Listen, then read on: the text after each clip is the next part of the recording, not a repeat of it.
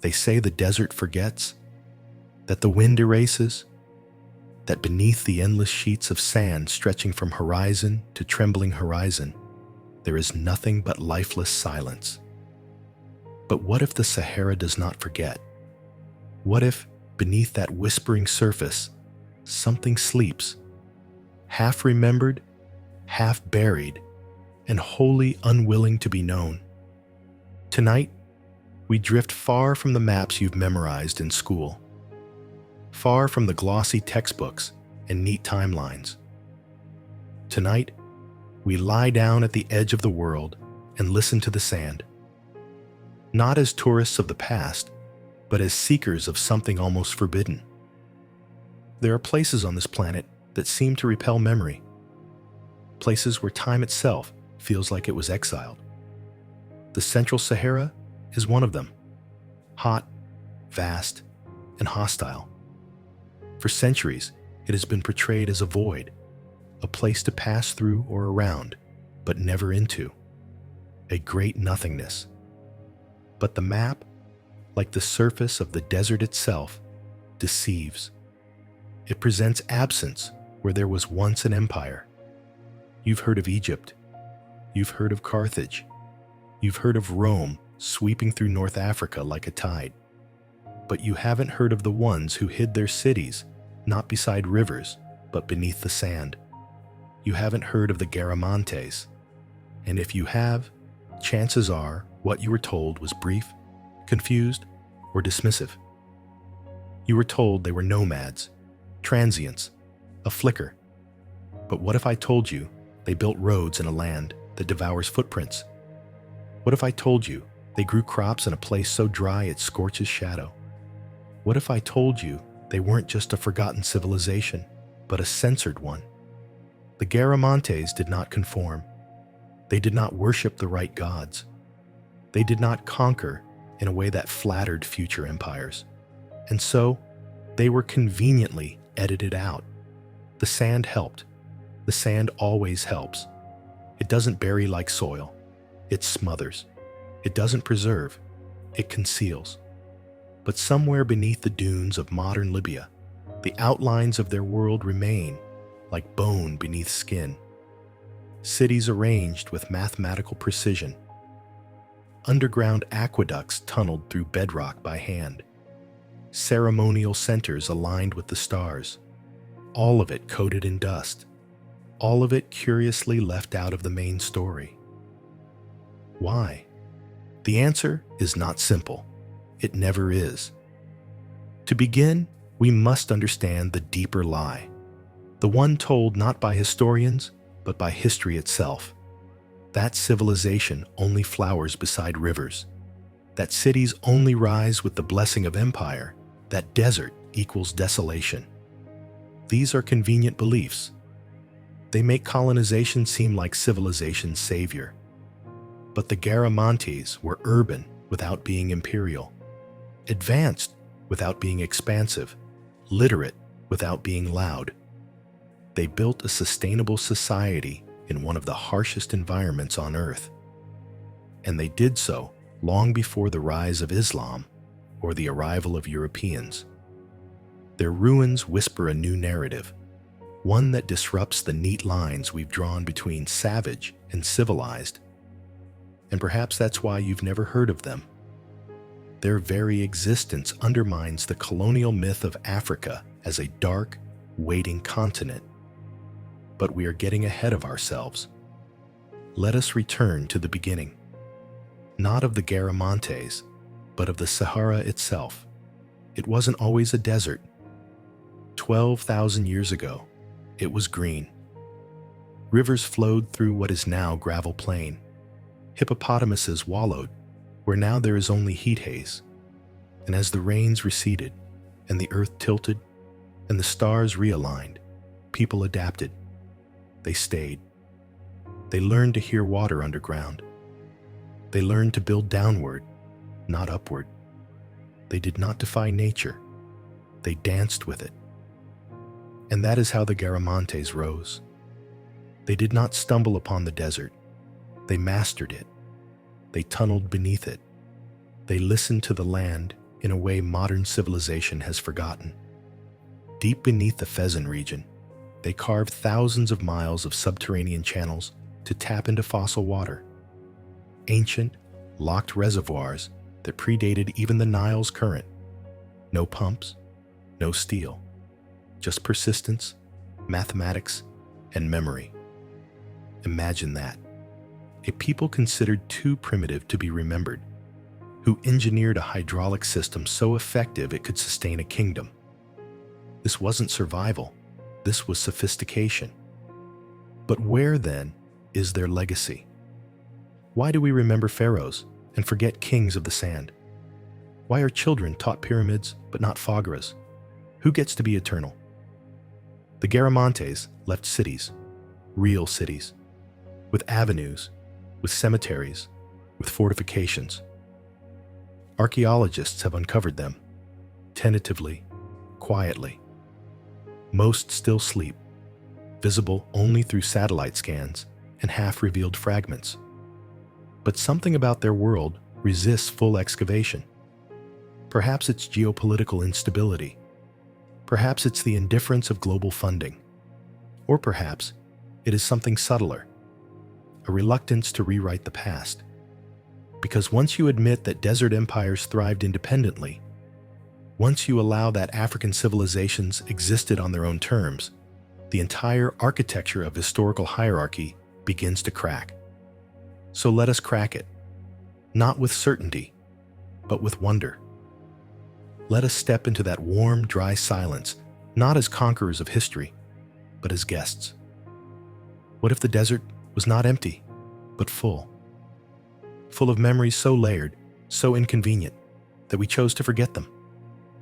What if, beneath your feet, there is a city waiting, not for discovery, but for recognition? What if, even now, the sand is speaking, and we've simply forgotten how to listen? Tonight, let the wind guide us. Let the stars be our map. Let the surface be what it has always been, a veil. We will lift it, one grain at a time. But remember, truth in the desert is never shouted. It is whispered. So lean in close. The Garamantes are not gone. They are waiting. The deeper you go into the Sahara, the quieter the world becomes. The wind stops trying to explain itself. The sun stops pretending it means well. And somewhere between the flicker of heat and the ache of silence, a name emerges. Faint, dust-covered, half-formed. Garamantes. Not a name you will find embossed in gold or etched on marble. Not a name taught in classrooms or sung in choruses of victory. Number. The name survives more like a question than an answer, echoing across broken pottery and carved stone, soft as breath yet heavier than ruin. The Garamantes were not meant to be remembered, and perhaps that is why we must. Roman historians spoke of them, briefly and often with irritation. They called them desert raiders, chariot men, nuisances. They claimed the Garamantes emerged from the sand to harass the Roman frontier, and then disappeared again like mirages. But even in those dismissive descriptions, something doesn't sit right. Why would a band of raiders trouble the greatest empire the world had ever known? Why did Rome, with its legions and roads and gods, build defensive outposts in the south, not for conquest, but for protection?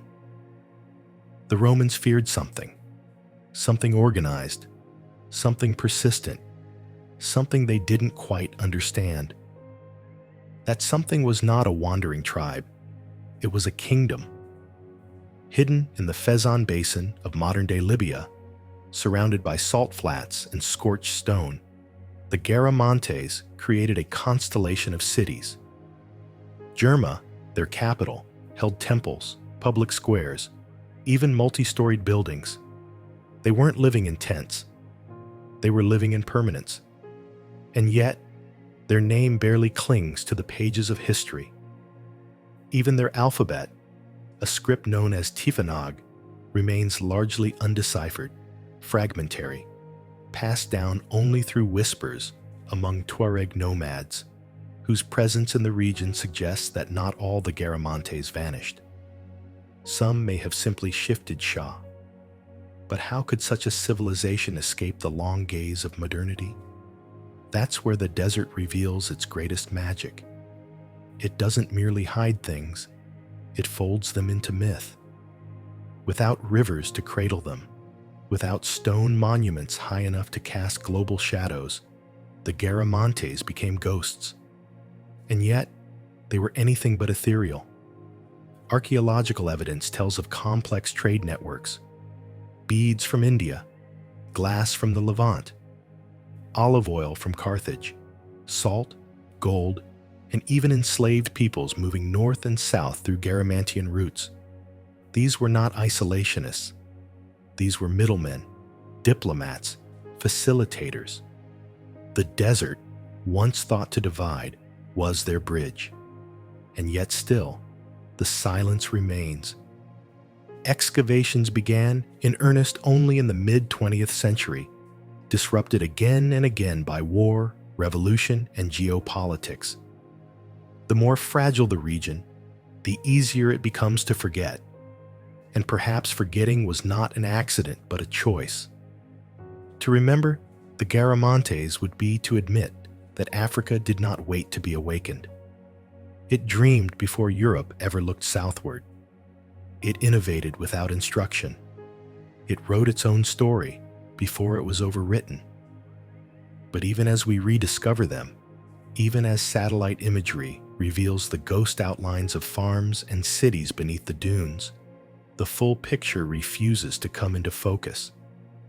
The Garamantes slip between categories. They were Berber, perhaps, or maybe a blend of Saharan, Sub-Saharan, and Mediterranean bloodlines. Their art depicts African features, Roman hairstyles, horses and camels side by side. They were hybrid before the word had a name. That alone makes them dangerous to the simplicity we demand from the past. And what do we make of their silence? No great records of their own survive. No epic poems. No manifestos. Just artifacts and fragments and the shadows they left behind. And yet, isn't that what history mostly is? The quiet things that endure when noise is gone. A potsherd, a water channel, a single name on a ruined wall. It is tempting to want more.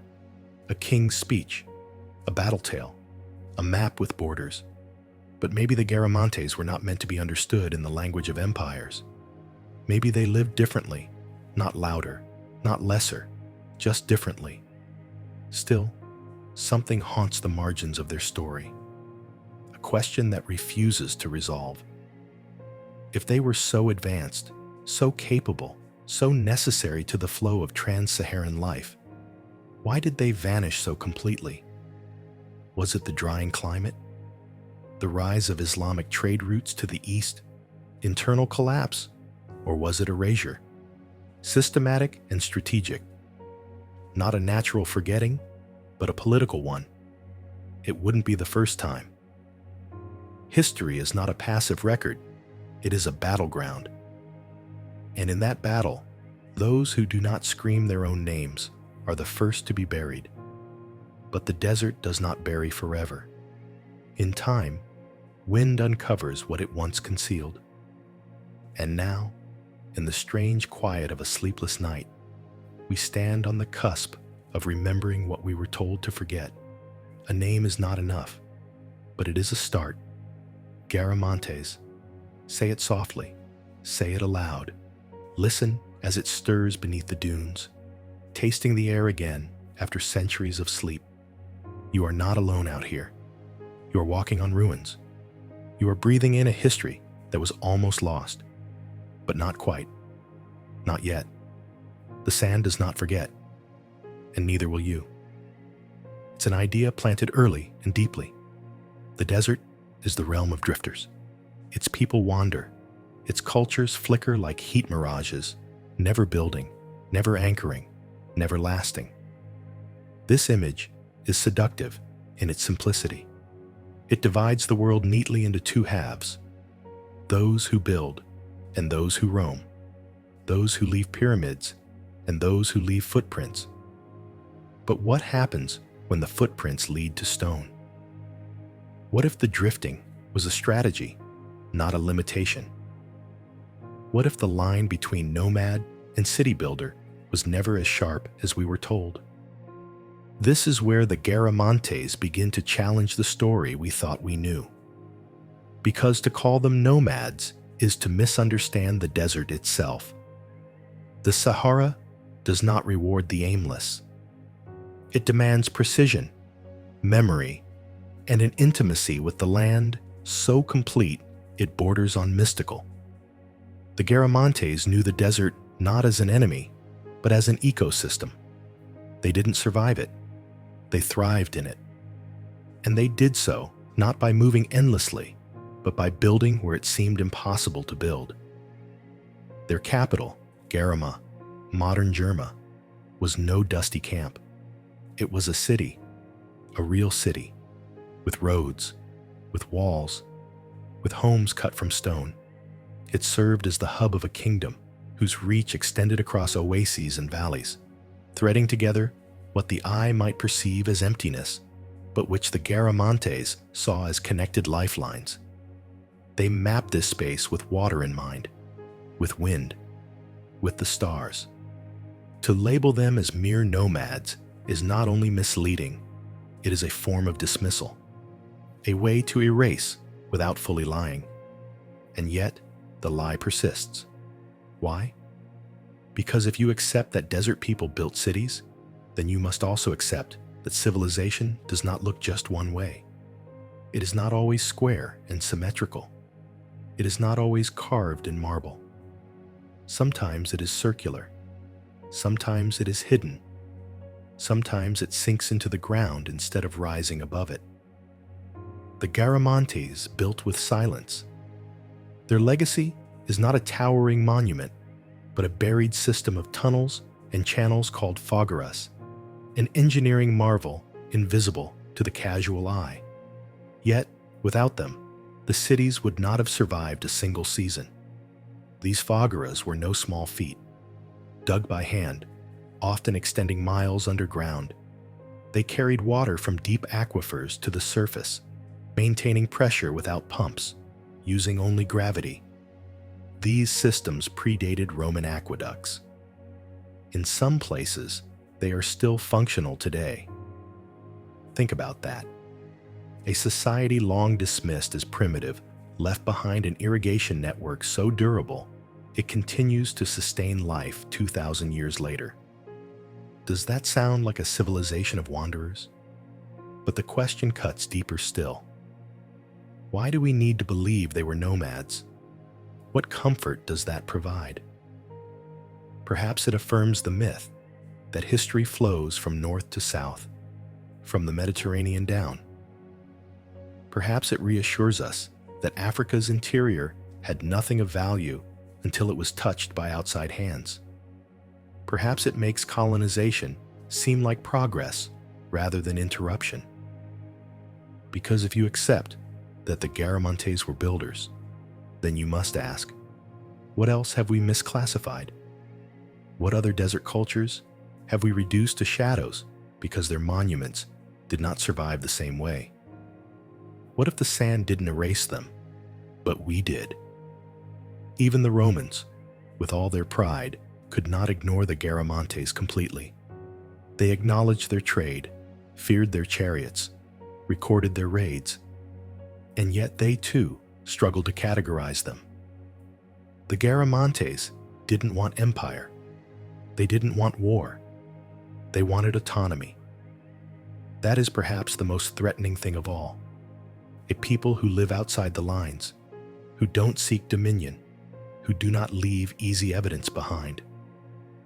The story of the Garamantes is not one of conquest, but of calibration. They balanced harsh climate with careful planning. They balanced isolation with connection, exporting salt and slaves, importing luxuries and knowledge. And while they built, they stayed quiet, not out of weakness, but perhaps out of wisdom. Noise attracts empires. Silence protects. And still, the narrative persists in museums, in textbooks, even in minds. The desert equals drift. But now we know better, or at least we are beginning to remember. The desert does not drift. It endures. It may shift its shape, roll its dunes, redraw its valleys. But beneath it lies something fixed. Stone, intention, memory. So tonight, as you drift toward sleep, consider this. How many other civilizations have we walked past because they did not look the way we expected? How many other cities have been mislabeled as tents because they were humble, because they were brown, because they belonged to a people we chose not to imagine as engineers? The Garamantes may be gone, but their cities remain. Their tunnels still breathe. Their silence still speaks. And the next time someone tells you the desert holds no history, ask them how they know. Ask them what lies beneath their certainty. Because once, in a land of shifting dunes and blistering sun, a people chose to stay. And that choice changed everything. History is often read like a novel, line by line, chapter by chapter. Its heroes bold, its empires vast, its progress neat and relentless. But history is not a novel. It is not even a single story. It is a mosaic fractured by power, perspective, and silence. And within its missing pieces lie the Garamantes, a people who thrived where civilization was not supposed to exist. Tonight, let us ask a question most historians don't. Who decides what counts as civilization? And more importantly, who benefits from deciding? The word civilization conjures images of columns and courts, of ink on parchment, of measured streets and legal codes. But these are symbols, not definitions.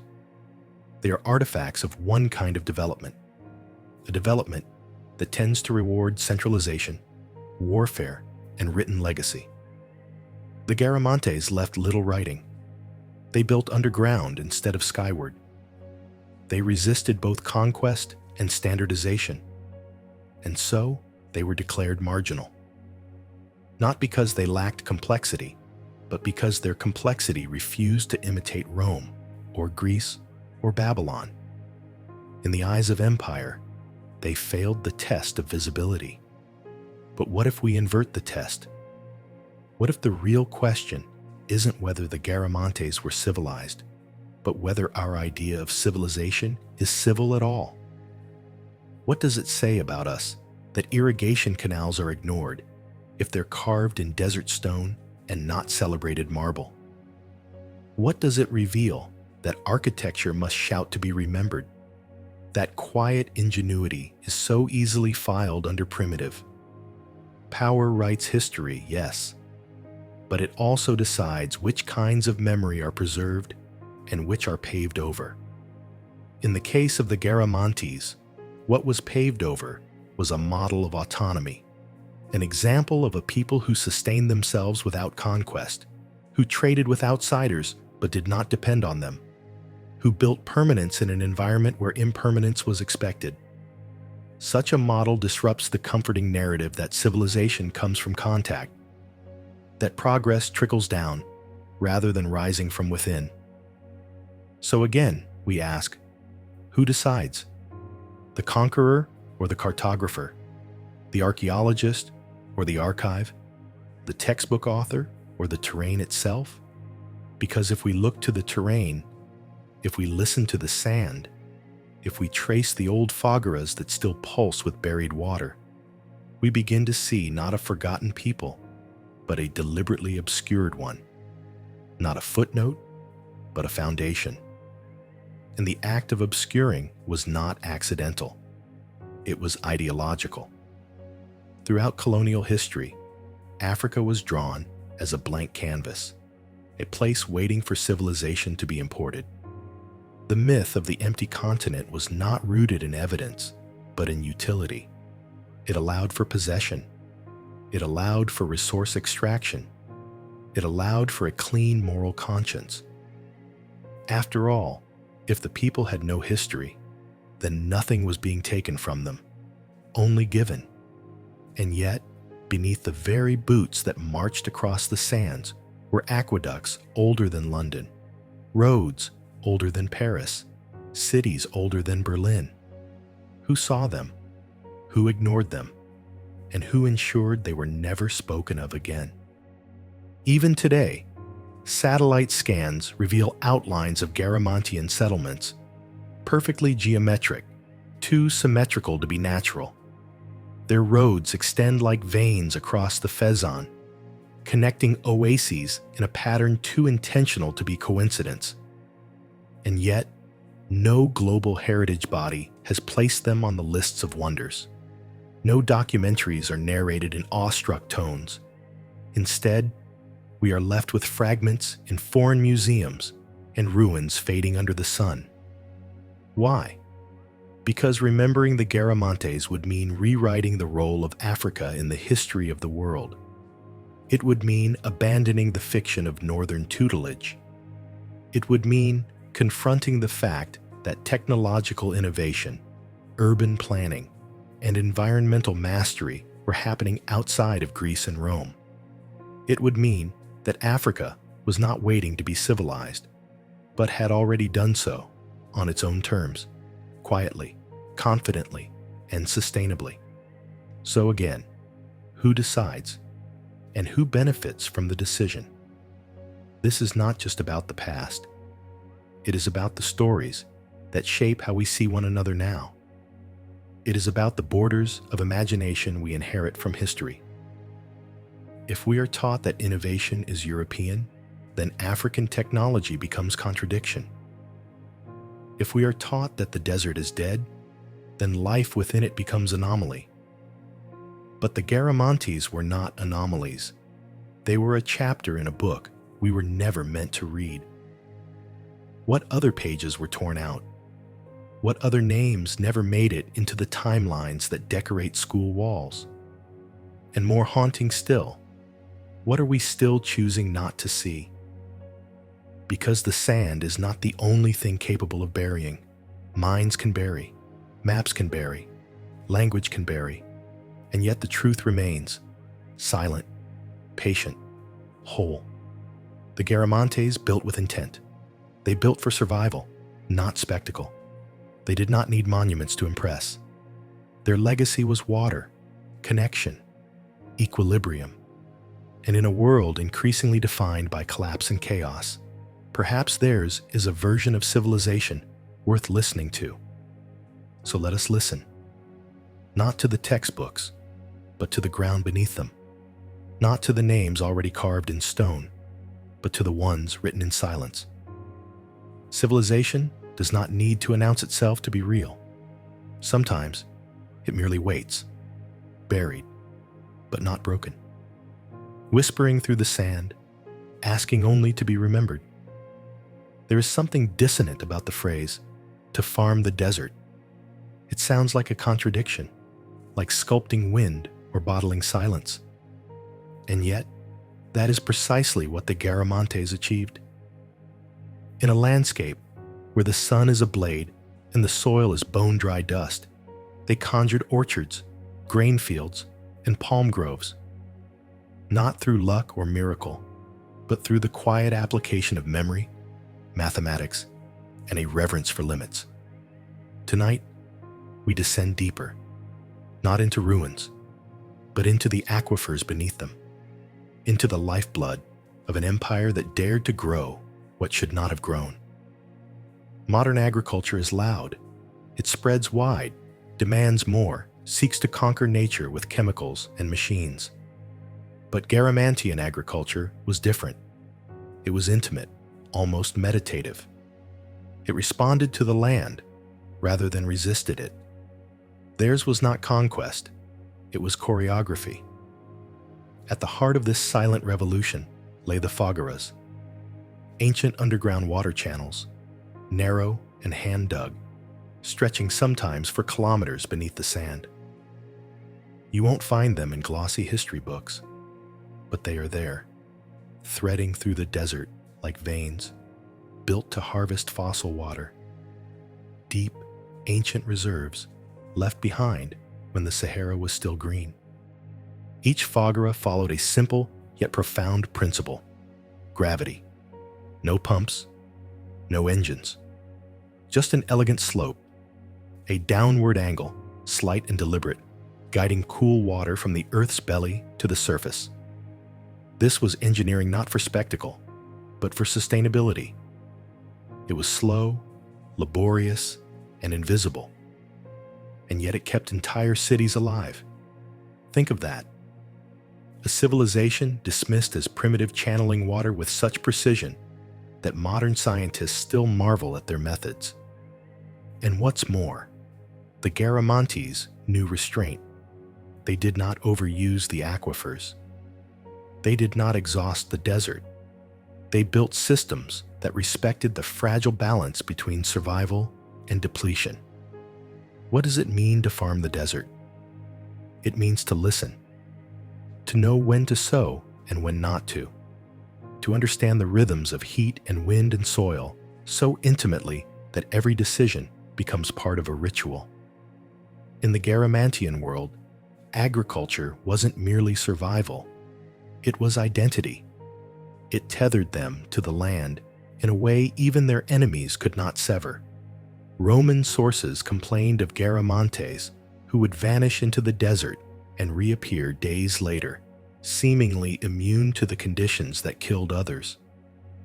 That immunity came not from strength, but from knowledge. They understood the desert's hunger, and they learned how to feed it in return. Their fields were small by modern standards, tight-knit plots near oases or along the mouths of their foggaras. But within those boundaries bloomed sustenance: dates, grains, grapes, legumes. These crops were not luxuries. They were the result of intimate negotiation with a harsh land. And the success of these negotiations is etched in the fossilized pollen, the preserved seeds, the carbon-dated remnants now slowly emerging from the sand. For centuries, they farmed where no one should have. And then, just as suddenly as they rose, they vanished, leaving behind an agricultural riddle still unsolved. So how did they know what they knew? That question lies at the heart of the mystery. There is no surviving manual, no written record of irrigation strategies or crop rotations. Only the results remain. Some theories suggest inherited wisdom from earlier Saharan societies, passed orally through generations. Others point to a now-lost exchange of knowledge with Nile Valley cultures, sub-Saharan traders, or even Mediterranean contacts. But none of these explanations fully capture the enigma. It is as if the Garamantes grew their knowledge from the same soil they farmed, quietly, patiently, deeply. And perhaps that is the most jarring realization, that a society we once labeled marginal may have understood ecological balance better than we do now. That their small fields and invisible channels reflect a sophistication our concrete cities often lack. Because what is civilization if not the ability to live well with the land? Not just to extract from it, but to converse with it.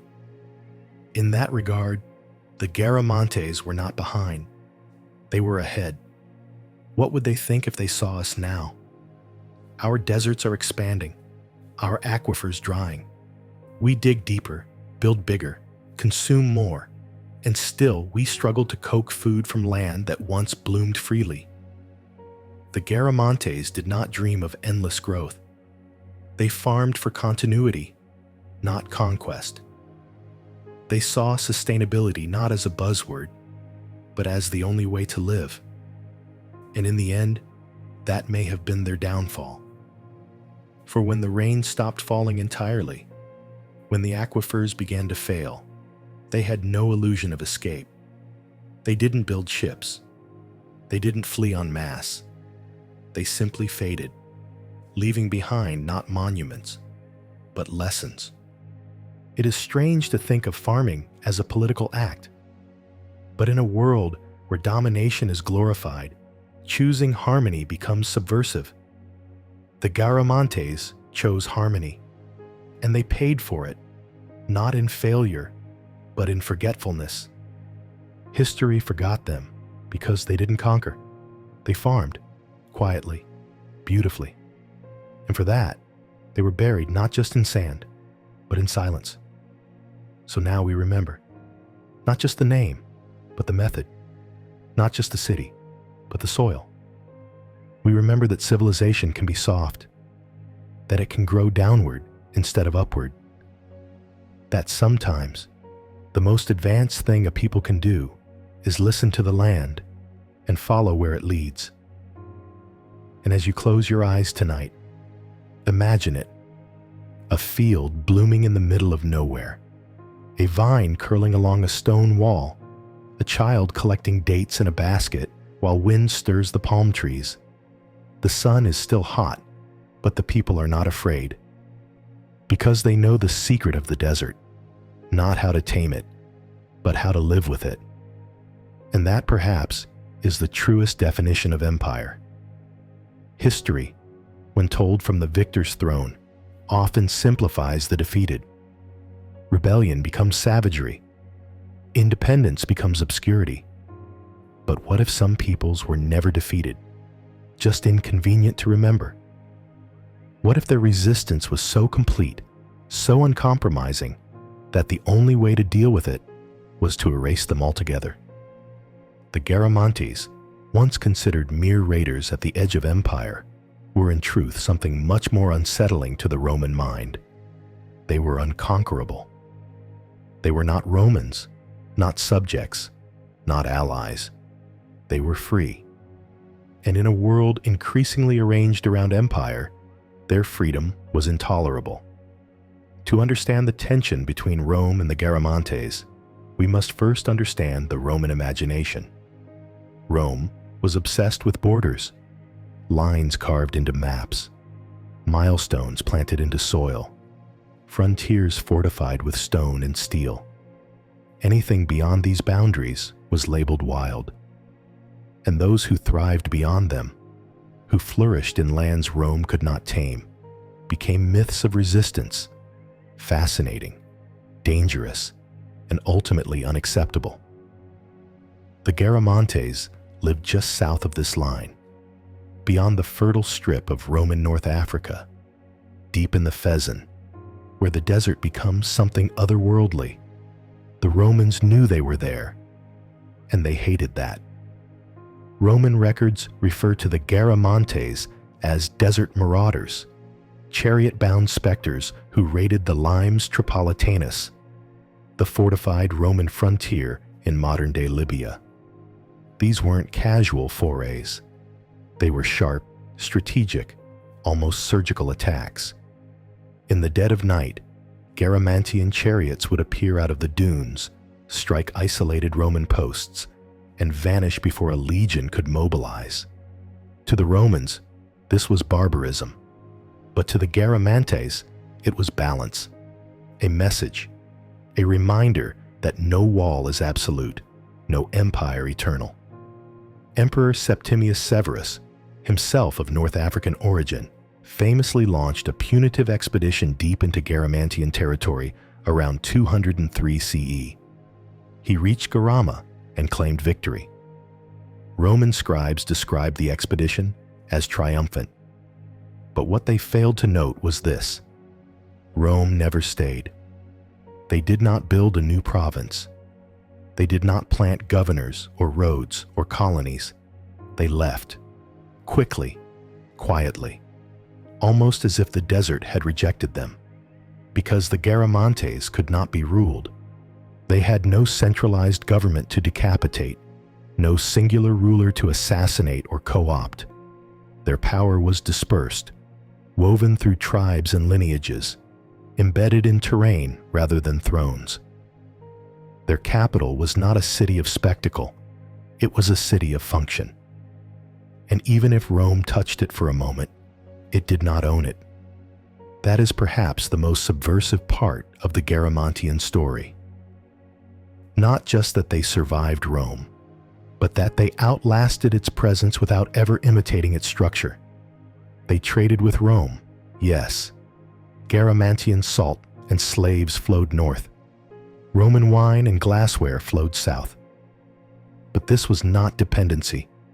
It was symbiosis, tempered, transactional, and always on their terms. Unlike the client kingdoms of the Near East or the North African allies of Carthage, the Garamantes never bowed. Their resistance was not theatrical. It was quiet, constant, and maddeningly effective. In a world where Rome defined order, the Garamantes offered an alternate logic, one based on mobility, on ecological mastery, on refusal. And that refusal had consequences. It made them hard to study, easy to diminish. Modern historians, looking through Roman sources, saw only what Rome allowed to be seen: the raids, the chariots, the mirages, not the settlements, not the ingenuity, not the independence. Because to truly understand the Garamantes would mean rethinking Rome's southern boundary, not as a line of defense, but as a line of exclusion. A border that marked the limit of empire not just geographically, but ideologically. It is tempting to see every ancient civilization as either a stepping stone to empire or a casualty of it. But the Garamantes were neither. They were an interruption, a presence that defied absorption, a reminder that empire is not the default destiny of human development. Some cultures chose a different path, a path that curled around conquest like a breeze around a boulder, a path that vanished when pursued and yet somehow endured. So when you hear that the Romans subdued all of North Africa, remember the silence that followed their march into the Fezzan. Remember that their presence in Garama was brief and brittle, that no Latin inscriptions marked the temples, that no Roman architecture rose above the desert plain. Rome touched the Garamantes, but it did not shape them.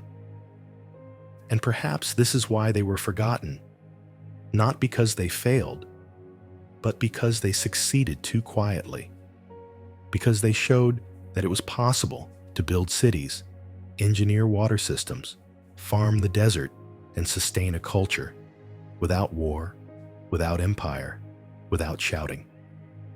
And such a model does not fit well in the history Rome wanted to write, nor perhaps in the history we still teach today. So ask yourself this: who do we remember more? Those who conquer or those who endure? Whose names fill the monuments and whose are carried only in wind? And does survival outside the spotlight count as less? Or is it, in some way, the deeper form of power? Tonight, let the stillness speak. Let the absence of conquest become presence. Let the desert, for once, be the proof. Because the Garamantes did not need Rome. And in the end, Rome needed them more than it dared to admit. Maps are not mirrors. They do not simply reflect the world. They construct it. Every border etched in ink is an act of imagination. Every blank space, a decision, a political silence. And across centuries, the Garamantes have been victims not of war, but of cartography. They were erased not by fire or flood, but by the hand of a mapmaker who chose not to see what the desert remembered. For centuries, the central Sahara appeared on European maps as a void, a sea of nothing, the terra incognita of dust. But the land was never empty. It was full of roads that had no names, cities that left no labels, and people who lived without being drawn. Early Roman cartographers omitted the Garamantes, or at most, reduced them to a tribal glyph. Arab geographers centuries later mentioned trade routes, camel paths, and oases, but even they struggled to pin the Garamantes into fixed coordinates. And by the time colonial surveyors came, the erasure was nearly complete. The maps they brought told them where civilization should be: along the coast, along the Nile, near rivers. Not here, not in the heart of sand. And so they walked past ruins, buried aqueducts, and crumbling walls without marking them. Their maps were full of knowledge and empty of truth. But the desert never agreed with these lines. The wind, that ancient editor, continues to reveal what the maps forgot. Satellite scans now show dark stains in the sand where ancient walls once stood. Straight lines in terrain where chaos was assumed. Settlement clusters spaced with mathematical precision, patterns that no accident could create. In the Fezzan, these ghost cities rise beneath the dunes, visible only to those who choose to look. The Garamantes are not gone. They are just misfiled, mislabeled, lost not in history, but in cartographic denial. But the question remains, why was the map drawn this way? What does it serve to declare emptiness where life once pulsed? The answer lies not just in oversight, but in utility. A blank Sahara allowed explorers to claim discovery. It allowed empires to justify intrusion. After all, who can steal what no one owns? Who can displace a people who do not exist on the map? The myth of the empty desert is not just a geographic fiction, it is a colonial strategy. And the Garamantes, with their stubborn presence, threaten to ruin it. Because if the desert had been home to an empire, then it was not terra nullius. It was history. It was property. It was identity. And to acknowledge that would mean to admit that Africa's interior was never peripheral. It was central to its own story, even if unrecognized by others. So the map stayed blank. And in staying blank, they kept the Garamantes in the realm of rumor. But what if the rumor is more truthful than the map? What if oral histories, passed from Tuareg to Tuareg, hold greater fidelity than all the atlases ever printed in Europe? What if our obsession with drawing boundaries has made us blind to what moves between them? Because the Garamantes were not defined by borders.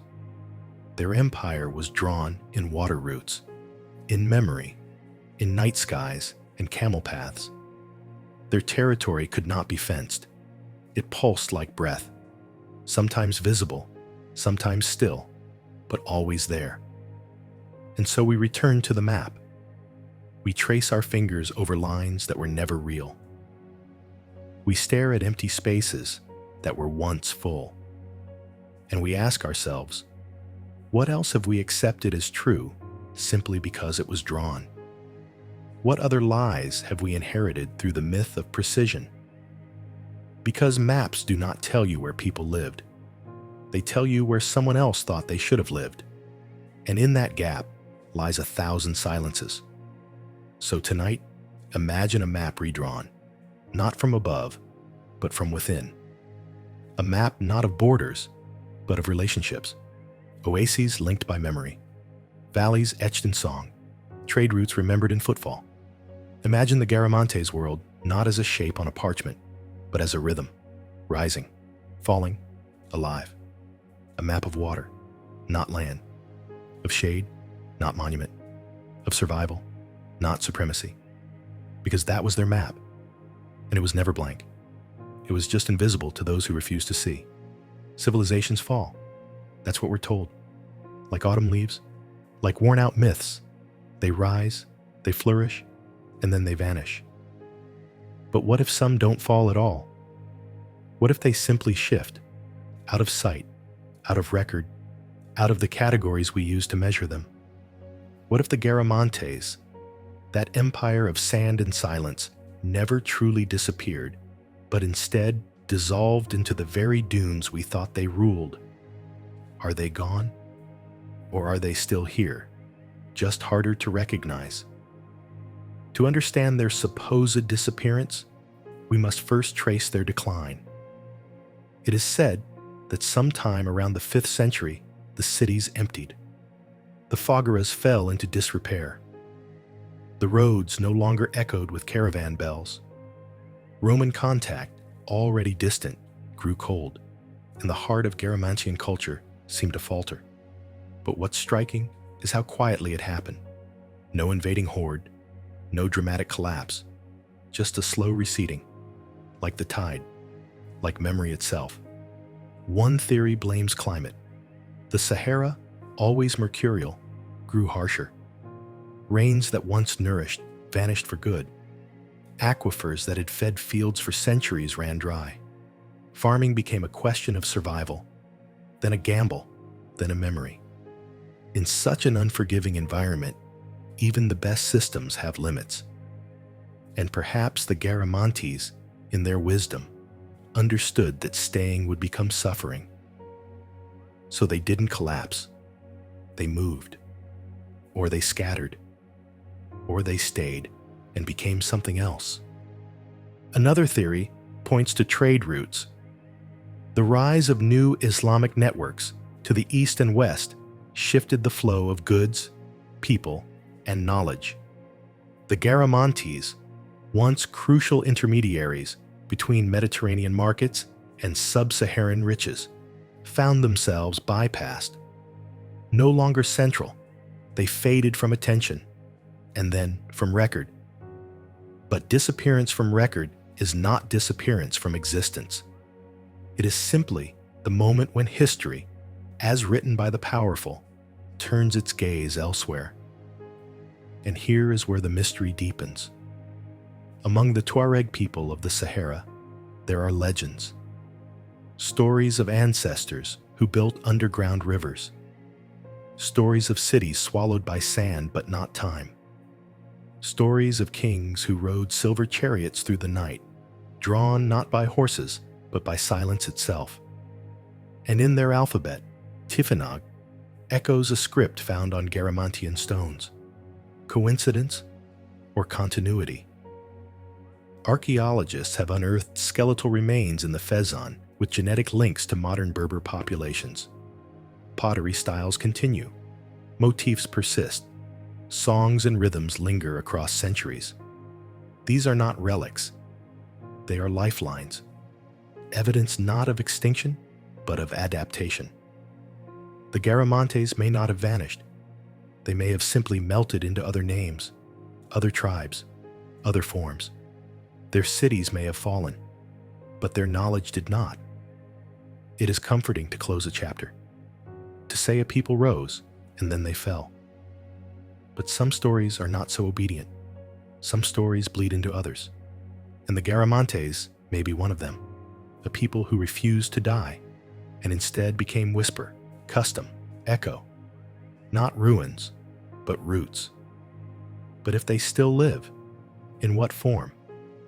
In the persistence of desert navigation techniques that remain unchanged, in water management practices that resemble Fogara logic, in the oral traditions that speak of lost capitals buried under the dunes. Could it be that the Garamantes are hiding in plain sight? Not in bones or ruins, but in behavior, in heritage? Perhaps we have been searching for permanence in the wrong places, expecting monuments when the true monument was survival, expecting writing when the true archive was the land itself, expecting a tomb when the truth is they never died. We must then ask, what does disappearance mean, and who defines it? Is it the absence of cities, the silence of writing, or is it simply the moment when the dominant world forgets to keep looking? Because the Garamantes didn't declare their end. They didn't write an epitaph. They didn't leave a collapsed column as a warning. They stepped back, or sideways, or within. They became part of the dust, yes, but dust still moves. Tonight, let your thoughts soften into that ambiguity. Picture an old Garamantian waterway, buried and cracked, but still damp at its core. Picture a child in the Sahara, singing a song she doesn't know was sung in Garama 1,500 years ago. Picture a trade route long erased from maps, but still known by camel drivers who never learned its name, only its rhythm. Vanished in dust, or hidden in plain sight? History prefers certainty, but the desert does not. It prefers secrets. And the Garamantes, ever obedient to the sand, may have given us their final answer in the form of a question. Can something be gone if we never truly understood what it was? Forgetting is rarely accidental. It masquerades as absence, as silence, as a natural loss of memory over time. But history does not disappear by itself. It is pushed, erased, buried beneath the weight of competing stories. And when a civilization like the Garamantes slips from view, not in battle, not in fire, but in the soft distortion of indifference, we must ask, who benefits from the forgetting? Who gains when the past goes dark? Because the forgetting of the Garamantes is not just the neglect of a desert people. It is part of a broader architecture of amnesia. One that frames Africa as a canvas, not a continent, as a land where nothing happened until others arrived. The myth of a silent Sahara fits neatly into this narrative. An empty desert, a backdrop for European exploration, a proving ground for conquest. But that myth collapses the moment you remember the Garamantes, an empire older than many European capitals, thriving independently, building underground aqueducts, while others were still chiseling in stone. So how was that memory suppressed? Not through fire, not through fear, through omission, through the slow, almost surgical removal of the Garamantes from maps, museums, and minds. When European scholars categorized world civilizations, the Garamantes were ignored. When African kingdoms were listed in textbooks, they were absent. Even as archaeologists began to uncover their cities in the 20th century, the discoveries were downplayed, misclassified, or quietly shelved. Not because the evidence was weak, but because the implications were too strong. If the Garamantes were acknowledged as urban planners, hydraulic engineers, and desert diplomats, then what else in Africa has been misrepresented? What other cities lie beneath our biases? To admit the sophistication of the Garamantes is to admit the incompleteness of Western historiography. It is to confront the ways in which imperial powers have shaped not just the present, but the past. And for those who profit from hierarchy, from the illusion of cultural superiority, that admission is dangerous. So the forgetting persists, not just in textbooks, but in public consciousness. The idea of Africa as timeless, tribal, chaotic, it serves a purpose. It justifies foreign intervention. It feeds economic narratives. It keeps power where it has always been. And the Garamantes, in their quiet brilliance, threaten to unravel that. They are inconvenient. They don't fit the expected mold of a lost people. They were not savages. They were not conquered. They simply were. And in being, they complicate everything. But forgetting is never total. It leaves traces, a shard of pottery, a buried tunnel, a name carried across time by nomads who remember more than they reveal. These remnants speak to us now, not in anger, but in quiet resistance. They whisper, not to condemn, but to correct. They ask us to widen the lens, to question what we've accepted as complete, to ask why some histories were told louder than others. Who profits from forgetting? Those who need to control the past in order to shape the future. Those who sell a version of history that begins in Europe and ends in empire. Those who benefit when we believe that deserts are lifeless and that greatness always wears a crown. But the Garamantes had no crown, no marble temples, no epic wars carved into stone. Their greatness was built in silence, and it survived, not by dominating, but by enduring. And now, as their ruins resurface, their Sahara is rediscovered, their name spoken once again in places that once ignored it, we must decide what to do with their return. Will we fold them back into the narrative? Will we restore their place among the empires of antiquity? Or will we forget again, conveniently, quietly, as the wind buries another truth? You cannot hear the Garamantes if you expect to be dazzled. You must listen to what was never meant to be heard. You must trace shadows. You must question maps. You must read the gaps between the lines and ask, not what is missing, but who made this silence? Because in the end, the silence around the Garamantes is not theirs. It is ours. So tonight, as you drift, allow yourself to hear what others chose not to. Not a roar, but a murmur. A memory trying to wake. A people who did not need to be remembered to exist, but who, once remembered, remind us how fragile the truth really is. What survives when buildings fall, when names fade, when cities sink into sand? What threads continue the story when the ink runs dry? Look closely, not at the ruins, but at the living. At the hands that till the dry soil. At the songs sung under desert stars. At the scripts etched into leather and stone. The Garamantes may not have left behind libraries, but they may have left something deeper, themselves, in the marrow of bones, in the cadence of dialects, in traditions that persist without explanation. The past is not always buried. Sometimes it walks among us. Genetic studies in recent decades have begun to unravel a hidden geography, one not drawn in maps, but in blood.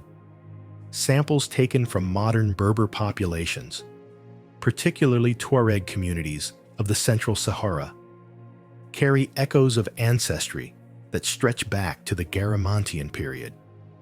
Not fragments of myth, but strands of mitochondria. In the DNA of the desert's living custodians, we find subtle, stubborn traces of the past refusing to dissolve. These are not direct descendants in the way lineage is taught, clean and straight. History is never straight. It curves and loops, disperses and reforms.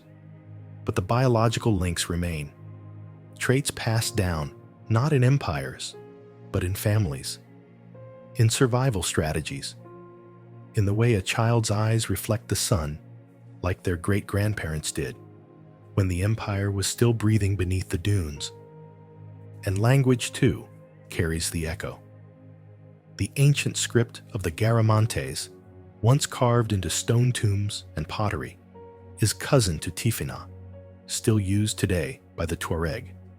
Simple, geometric, enigmatic. It is not the language of a forgotten people, but of an evolving one. A continuity not of conquest, but of endurance. These characters, which Western scholars once dismissed as decorative or derivative, now speak with renewed clarity. They say, "We were here. We are still here."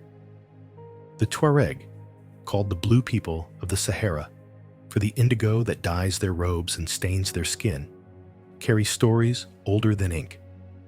They speak of lost cities, of underground rivers, of ancestors who moved stone and summoned water from beneath their feet. These are not just legends. They are memory encoded in metaphor.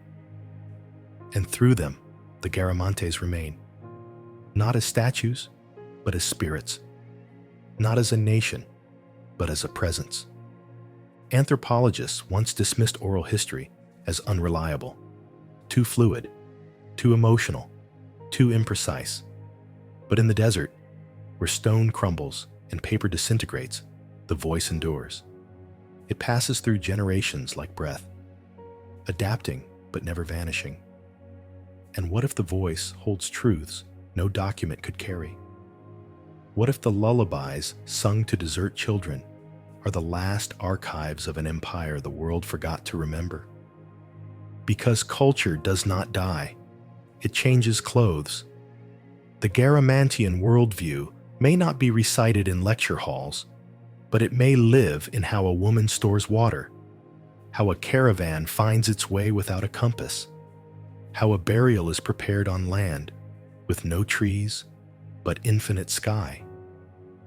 These gestures, these daily rituals, these moments, each one a whisper from the past. So why do we look only at ruins? Why do we measure civilizations only by what they left behind, rather than by what they became? Perhaps it is because we crave permanence. We mistake stone for strength. But the Garamantes chose another path. Their legacy is not in height, but in depth. Not in dominion, but in diffusion. They did not vanish. They became invisible to those who stopped listening. Imagine it now. A desert night. The fire crackles. The stars are speechless. A young Tuareg boy leans in as his grandmother tells him about the people who once farmed the sand. He doesn't know their name was Garamantes, but he knows their spirit. He knows the rhythm of survival. He knows that beneath his feet lie more than stones. There are stories waiting for breath. You cannot carbon date memory. You cannot excavate belief, but you can feel when something is alive. And in the words, the faces, the migrations of today's Saharan people, the empire still hums. The Garamantes are not fossils. They are frequencies, still vibrating, still moving, and still, if you are quiet enough, speaking. There is a peculiar ache in the idea of something sacred being forgotten. A temple buried is not just a structure lost to time. It is a silence placed where once there was song. It is a prayer, half remembered, half erased. And in the heart of the Sahara, where few dare to dig and fewer are allowed to speak, the Garamantes may still be keeping their secrets, hidden not in myth, but in stone. Because something sleeps beneath the sand. Not metaphor, but architecture. Not speculation, but form. Ancient temples, ceremonial sites, and sacred enclosures sealed in a silence too complete to be natural. It begins with shapes. Aerial surveys have revealed the impossible. Geometric outlines in the desert floor. Circles nested inside rectangles. Perfectly angled alignments stretching between known Garamantian settlements. Some appear to follow the sun's path with eerie precision. Others mirror the starfields, Orion, perhaps, or the Southern Cross, etched in limestone and forgotten. These are not random. They are not erosion. Something was built there. Something once honored, now buried beneath centuries of wind. Satellite imagery shows mounds that defy natural formation. Beneath them lie chambers, unentered, unexplored. The equipment to study them exists. The interest, less so. For each archaeological initiative launched in Europe or the Middle East, the Central Sahara remains underfunded, unstable, and largely untouched. Political instability, dangerous terrain, shifting sand. These are the official explanations. But what if the truth is simpler, stranger, and more human? What if some stories are ignored because they challenge the ones we've already told? These temple sites, many located near ancient Foggara systems, suggest a civilization that linked the sacred to the practical. Water and worship, geometry, and devotion. Perhaps their gods were not housed in sky-reaching ziggurats, but in the cool stillness of underground chambers. Perhaps the temples were never meant to rise. They were meant to disappear into the land, like seeds. To worship in a desert is to accept impermanence. To build a holy place in shifting sand is to accept that even the divine must adapt. And so, the Garamantes may have built with a different kind of faith, one that did not rely on eternity carved in stone, but on recurrence, on return. Temples that were seasonal, structures that were meant to vanish and reappear, shrines that marked equinox, rainfall, wind, nothing permanent, everything in motion. Because in the desert, the gods are not still. They move like storms. They whisper, not shout. There are rumors, strange, persistent ones. Tuareg oral histories speak of a city of wells where no surface water ran, but where songs brought it forth. Others describe a temple of the eye, aligned to a celestial body where priests watch the stars through a carved aperture in the rock. These may be myths, but they echo discoveries still unverified.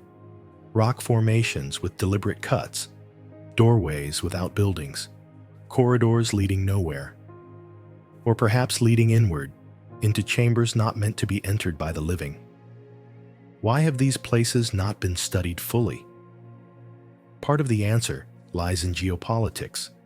Much of Garamantian territory lies in modern-day Libya, a country fractured, contested, unstable.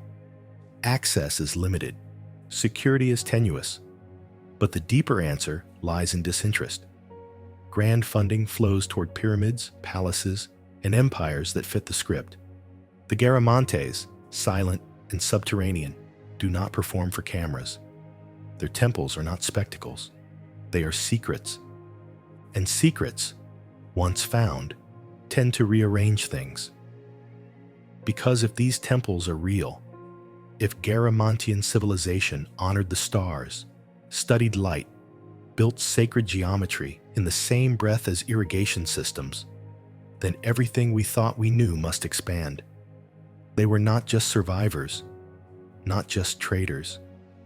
They were seekers, thinkers, engineers of both body and spirit.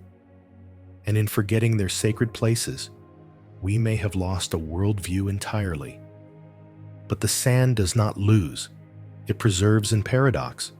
What it covers, it also protects. The wind erodes the surface, yes, but it hardens the layers below.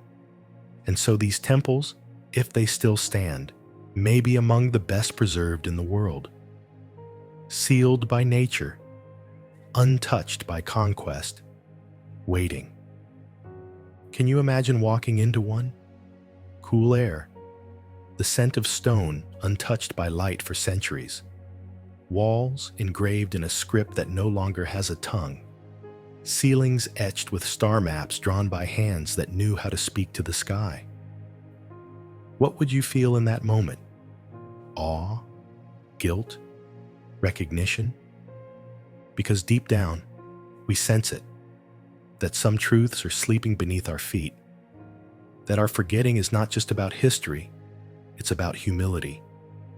The Garamantes may have built temples not to be remembered, but to remind us that greatness does not always roar, that the sacred can be soft, that the most powerful truths do not stand tall. They lie hidden, waiting for the right eyes to see. So close your eyes now. Picture that temple, not the one with golden idols or marble pillars, the one underground, half swallowed by the earth, whispering through the dark. You don't need to find it. You only need to remember it was there. And maybe, just maybe, still is. In the desert, the wind is not just weather. It is language. It scrapes across stones like a stylus, carries dust like an ancient page turned endlessly by unseen hands. where writing fades and buildings fall, the wind remains, and through it, stories travel. They do not need books. They do not need names. They move through breath and silence. And if you listen carefully, between gusts and stillness, you may hear the Garamantes speaking still, not in words, but in stories older than time, carried by those who remember what cannot be proved. The Tuareg, custodians of the deep Sahara, tell of cities with no surface, where people lived like roots beneath the dunes. They speak of wells so deep, voices thrown into them never return. They describe a people who mapped stars with their footsteps, who moved through the desert not by landmarks, but by feeling. Some of these tales are dismissed as folk tales. Others are written off as symbolic. But what if they are something more?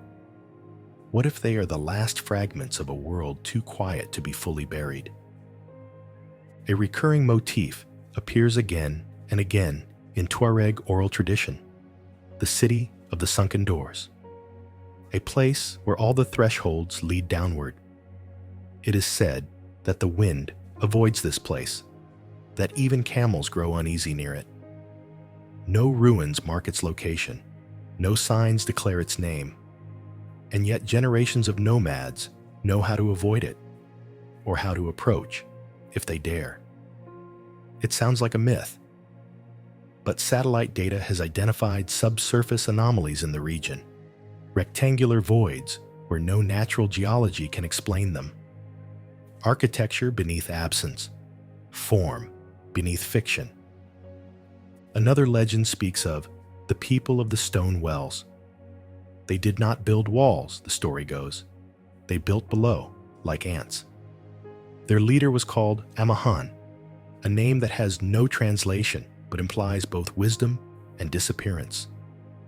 Some say he vanished into the earth one night, taking with him the city's voice.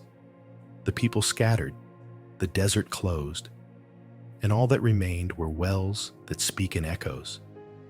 Scientists studying fogaras have recorded strange acoustic patterns in the deepest shafts, wind-generated harmonics, natural tones. But to those who carry the story, it is not mere sound. It is memory reverberating in stone. And then there are the stars. Tuareg star knowledge is among the most intricate in the world. Entire navigational systems encoded in the heavens, guiding migrations, seasons, stories. In these constellations lie hints of ancient observatories, not like the towers of Mesopotamia, but simpler. Flat stones aligned to solstice points, narrow windows in rocks framing equinox dawns. They do not proclaim themselves as sacred, but the people know which stones to greet at sunset, which shadows mark the start of planting. The Garamantes, too, aligned some of their settlements to celestial rhythms. Coincidence or continuity? These stories do not ask to be proven.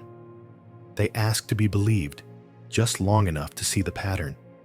Because truth in the desert is not about evidence. It is about resonance. The way one line of a song feels older than the singer. The way a gesture with water recalls a practice no one remembers learning. These are not inventions. They are inheritances, left not in vaults, but in behavior, in breath. And yet, for centuries, scholars ignored these windswept memories. Oral traditions were seen as suspect, shifting, soft, subjective. But what is history, if not soft? If not shaped by the teller? The Garamantes left few inscriptions, but their echo lingers in a story told by a grandmother beneath a date palm, in a child's game reenacting a caravan lost and found, in a proverb that speaks of cities that do not rise, but sink. Western history asks for proof. But sometimes the proof is not visible. It is audible.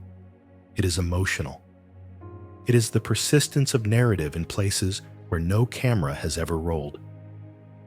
When a myth survives for 1,500 years in a land of heat and hunger, it is not noise. It is structure. It is architecture made of memory. So what do these stories tell us? That the Garamantes are not merely history. They are mythic reality. That their world did not end. It dissolved into rhythm, into repetition. That their water became metaphor. Their city became song. Their names became wind. Tonight, allow yourself to imagine the wind differently. Not as a force, but as a messenger. It doesn't just shape dunes. It tells stories. And among those stories are the truths we never thought to look for. The stories of a people who knew how to hide in plain sight, who knew that the deepest kind of survival is to become indistinguishable from the land itself. Listen again. The wind isn't just howling, it's whispering. And the Garamantes are still speaking through it. There are names that live longer than facts. Atlantis is one of them. A word that survives, not because we understand it, but because we don't. A mystery without closure. A city that may never have been real, and yet never fully left the imagination. But what if it was not under the sea? What if it sleeps under the sand, not drowned by waves, but buried by wind?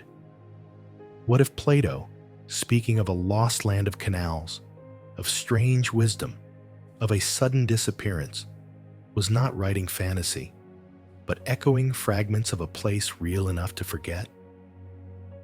In recent decades, a theory has emerged, quietly and often from the margins, that the Sahara once held a civilization so distinct, so advanced for its environment, that its memory might have bled into Mediterranean myth, not through documents, but through whispers, travelers' tales, misheard names, and misunderstood journeys. The Garamantes fit this shape uncomfortably well. An inland people of impossible water, of stone-built cities hidden from the sea, of knowledge unaccounted for in the familiar timelines of classical history. Their cities were gridded, their waterworks vast, their burial mounds massive and deliberately aligned. And they vanished, not in fire, but in silence. Compare the descriptions.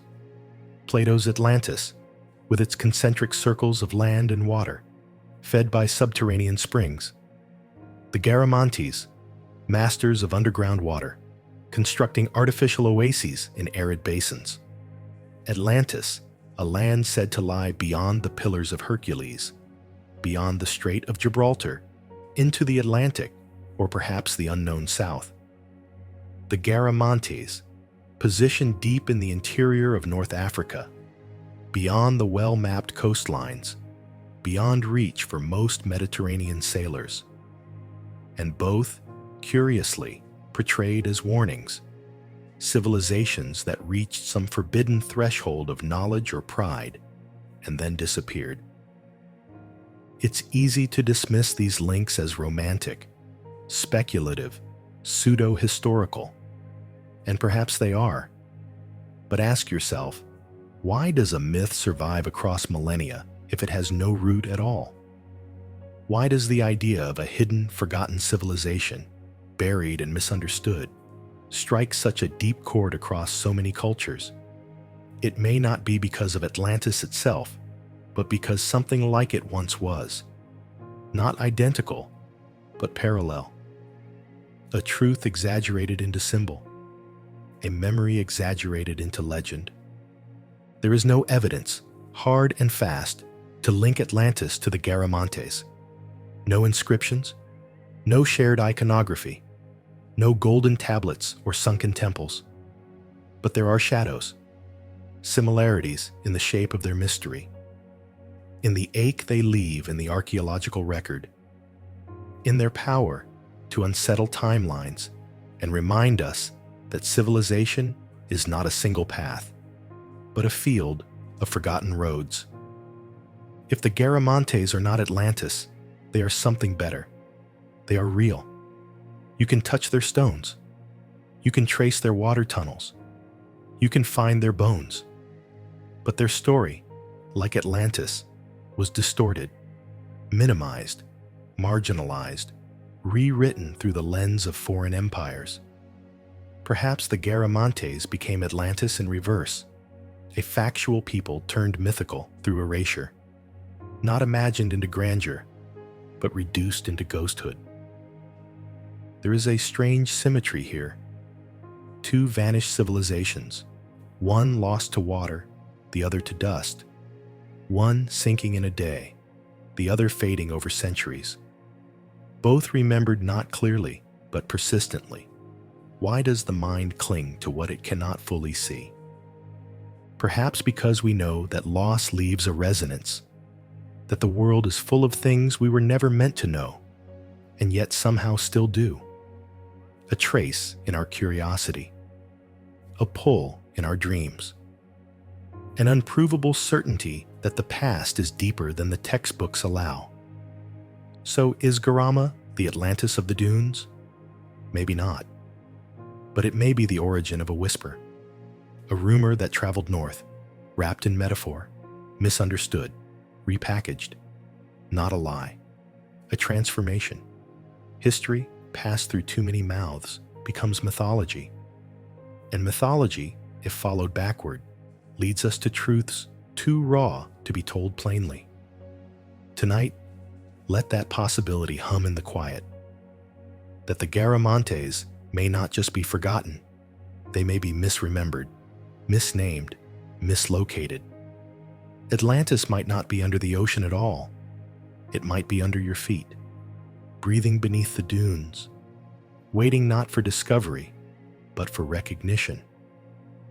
Civilizations often vanish with spectacle, flames licking marble, invasions storming the gates, rivers rerouted by fury. But some do not end in fire.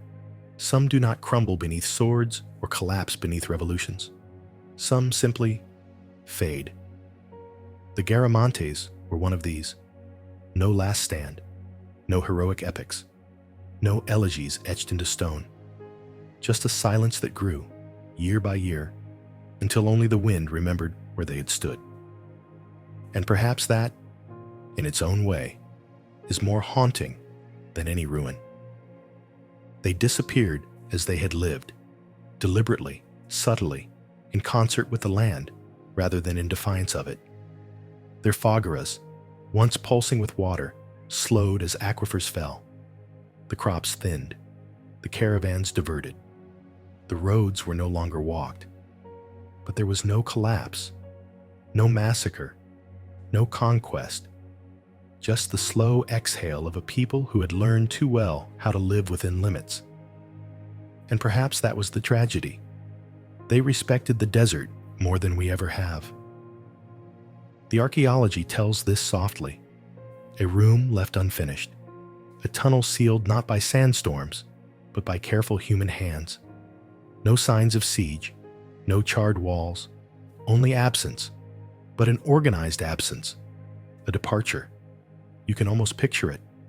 Families gathering the last of their tools, a priest removing a stone idol from its alcove, a farmer touching the edge of a drying well one final time, not in despair, in acceptance. Because the Garamantes, more than most, knew what it meant to live on the edge of survivability. Their entire culture was built not on abundance, but on balance. And when the balance tipped, they did not resist with arrogance. They let go, not as a failure, but as a form of wisdom. In a world addicted to permanence, to legacy, to empire carved in rock, the Garamantes offer something else, a model of exit that does not require collapse. How rare that is. How human. To know when to stop. To know when the land has given all it can. To know when history must not be stretched into tragedy, but folded into silence. Of course, not all vanished. Some stayed. Some became Tuareg or Tubu, or absorbed into tribes whose names have been similarly left out of books. The Garamantes didn't vanish like a flame. They soaked into the landscape, like water into dry soil. And in doing so, they became harder to chase, harder to claim. Perhaps that was their final triumph. Not to be preserved in glass cases, but to dissolve into the lives of those who continued on without needing to remember who they had once been. And yet, isn't that remembering itself?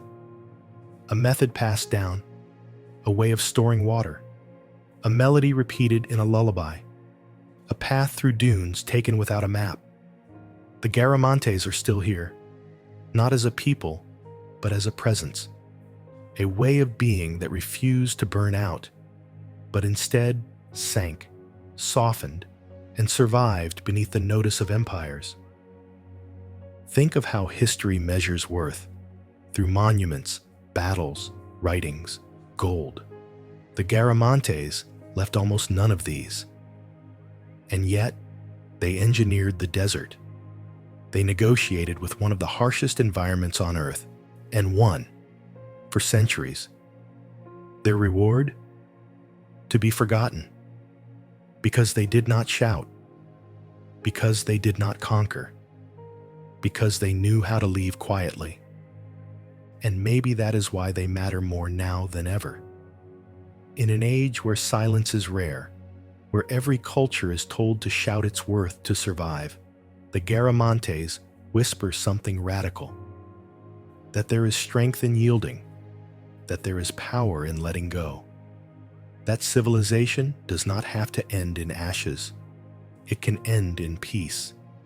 Picture it now, a final evening in Garama, the stars blinking into focus overhead, the fields falling silent, a mother telling her child that tomorrow they will leave, but not because they've lost, because they have listened, and the desert has spoken. The walls are still standing, but the people know. The city is no longer theirs. The land is changing, and so they change too. One last breath, one last glance, then onward, not in sorrow, but in understanding. This is not the kind of ending we are used to. It doesn't make headlines. It doesn't lend itself to drama. But in its quietness, there is something deeper. Something that reaches beyond dates and data. Something that makes the heart pause. Because this, too, is history. And perhaps the most beautiful kind. The wind has softened now. The stars are watching quietly. And beneath your thoughts, a memory stirs that doesn't belong to you, but feels like it could. A people, half remembered, walked this earth before the names we know were ever spoken. They built without demanding to be remembered. They ruled without swords. They left no pyramids, but carved rivers in stone. And now, they lie beneath the Sahara's skin, sleeping, waiting, whispering. The Garamantes are gone, and yet, somehow, they are still here. If you were to stand atop one of their forgotten cities tonight, on the edge of a buried aqueduct, or the ruins of a home long lost to the wind, you would see nothing but silence. No roads, no lights, no signs. Just sky, just sand. But if you could feel the ground, if you could lower your ear to it like a drum, you might hear something gentle, something persistent. Not a voice, not a word, just a presence. Because the sand is not empty. It remembers. It holds everything we think we've lost.